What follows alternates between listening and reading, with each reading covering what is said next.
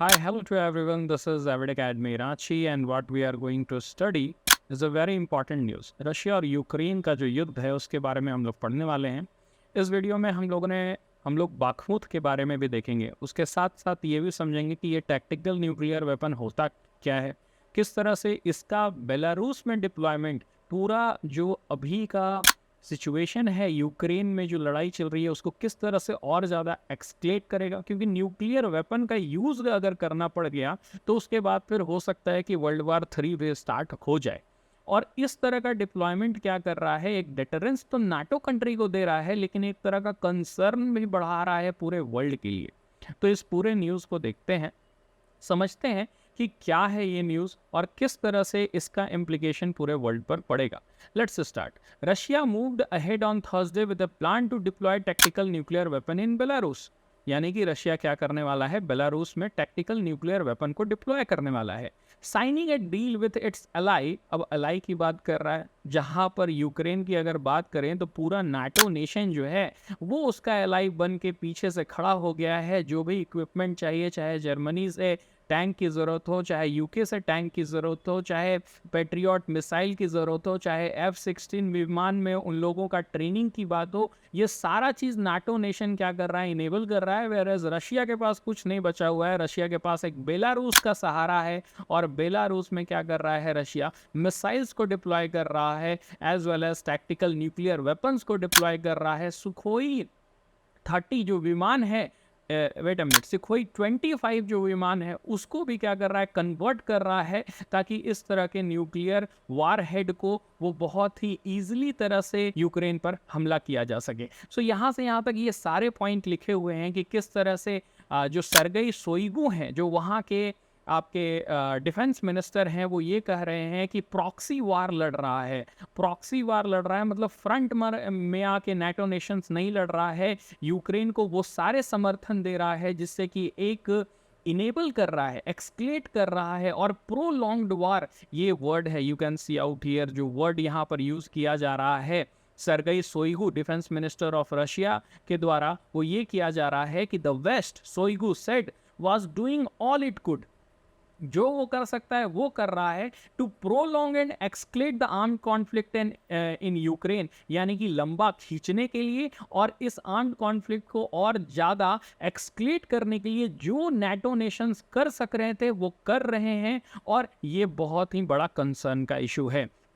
और इसी का जवाब देते हुए बेलारूस में ये न्यूक्लियर वेपन्स को डिप्लॉय किया जा रहा है कि जरूरत पड़े तो टैक्टिकल न्यूक्लियर वेपन को यूज करके यूक्रेन के ऊपर हमला किया जाएगा। थोड़ा सा डिफरेंस जानना बहुत ज़रूरी है, तो हम लोग यहाँ से स्टार्ट करते हैं। You can see out here the plan for the nuclear deployment Moscow's first outside Russia's border since 1991।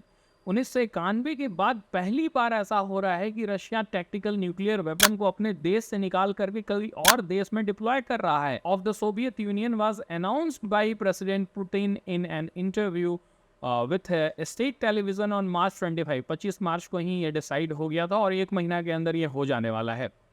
Putin has repeatedly warned that Russia, which has more nuclear weapons than any other country, will use all means to defend itself। यानी कि अभी तो हम लड़ाई कर रहे हैं, अभी तो हम तुम्हारे देश के ऊपर चढ़ाई कर रहे हैं, अब नहीं, अभी नहीं न्यूक्लियर वेपन इस्तेमाल करेंगे, लेकिन तुम लोग जब मेरे देश के अंदर घुसने लगोगे, हम हारने लगेंगे, तो वो क्या कर सकता है, न्यूक्लियर वेपन का यूज कर सकता है। ये रशियन प्रेसिडेंट व्लादिमीर पुतिन पहले बता चुके हैं।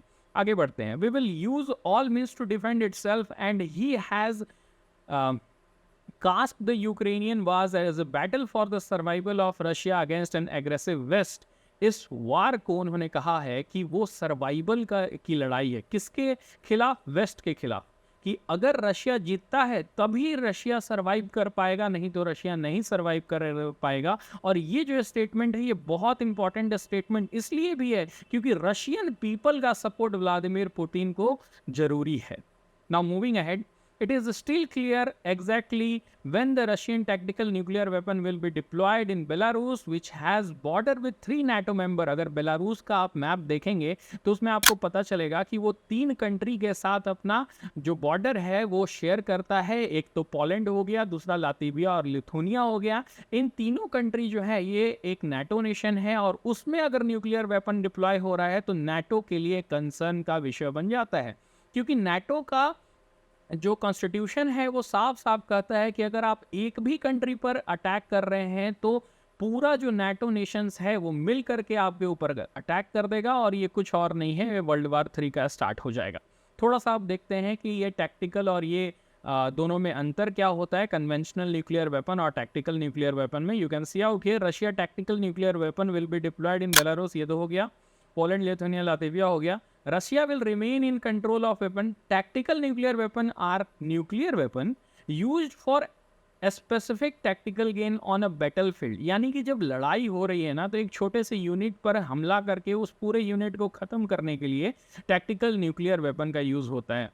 Whereas ये यूजुअली स्मॉलर इन यील्ड होता है और स्ट्रेटेजिक न्यूक्लियर वेपन या जो कन्वेंशनल न्यूक्लियर वेपन होता है वो बहुत ही बड़े साइज के होते हैं और वो इतने लार्ज होते हैं कि पूरा का पूरा एक सिटी को ही डिस्ट्रॉय करने की कैपेबिलिटी रखता है। तो ये जो दोनों में अंतर है ना, टैक्टिकल न्यूक्लियर वेपन और स्ट्रेटेजिक न्यूक्लियर वेपन, इसको थोड़ा सा आप हमेशा ध्यान में रखिएगा।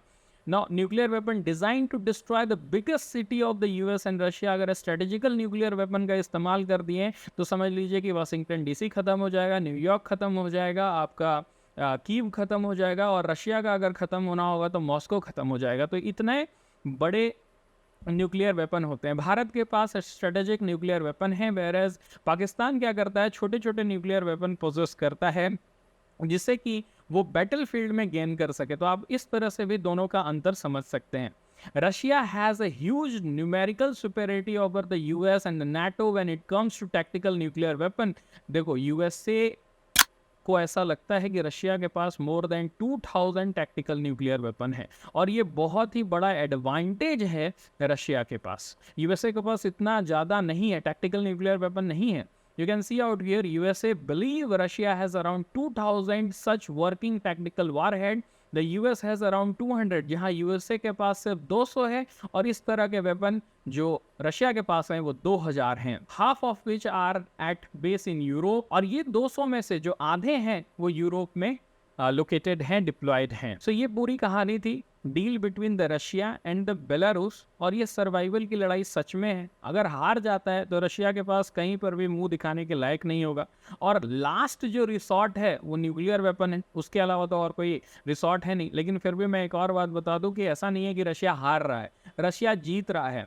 अगर आप ये मैप ध्यान से देखेंगे तो आई कैन शो यू, यहाँ पर लुहांस्क रीजन है और उसी के नीचे बाखमुत है और you can see out here Wagner start handling control of Bakhmut to Russia. यानी कि ये जो वैगनर थी ना, ये प्राइवेट ऑर्गेनाइजेशन टाइप है जो कि बाखमुत में लड़ रही थी, वो क्या कर रहा है, बाखमुत का जो कंट्रोल है वो रशिया को दे रहा है।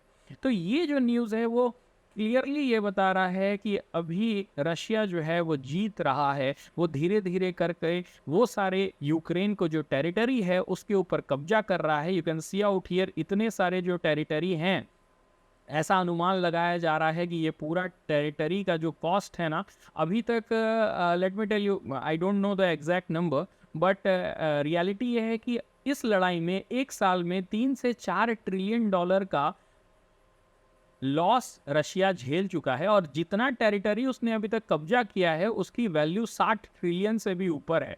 तो इसका मतलब ये है कि ये ऑफकोर्स इकोनॉमिक्स की लड़ाई है और पैसा है, लैंड है, जितना ज़्यादा आपका प्रभुत्व है उसकी लड़ाई है। हमें देखना होगा कि कौन जीतेगा, बट जितना भी ज़्यादा ये एक्सक्लेट करेगा ये वर्ल्ड पीस, स्टेबिलिटी और सिक्योरिटी के खिलाफ है। We will see what would be the result, but that's it for this video. If you like this video, please like, share and subscribe. Thank you.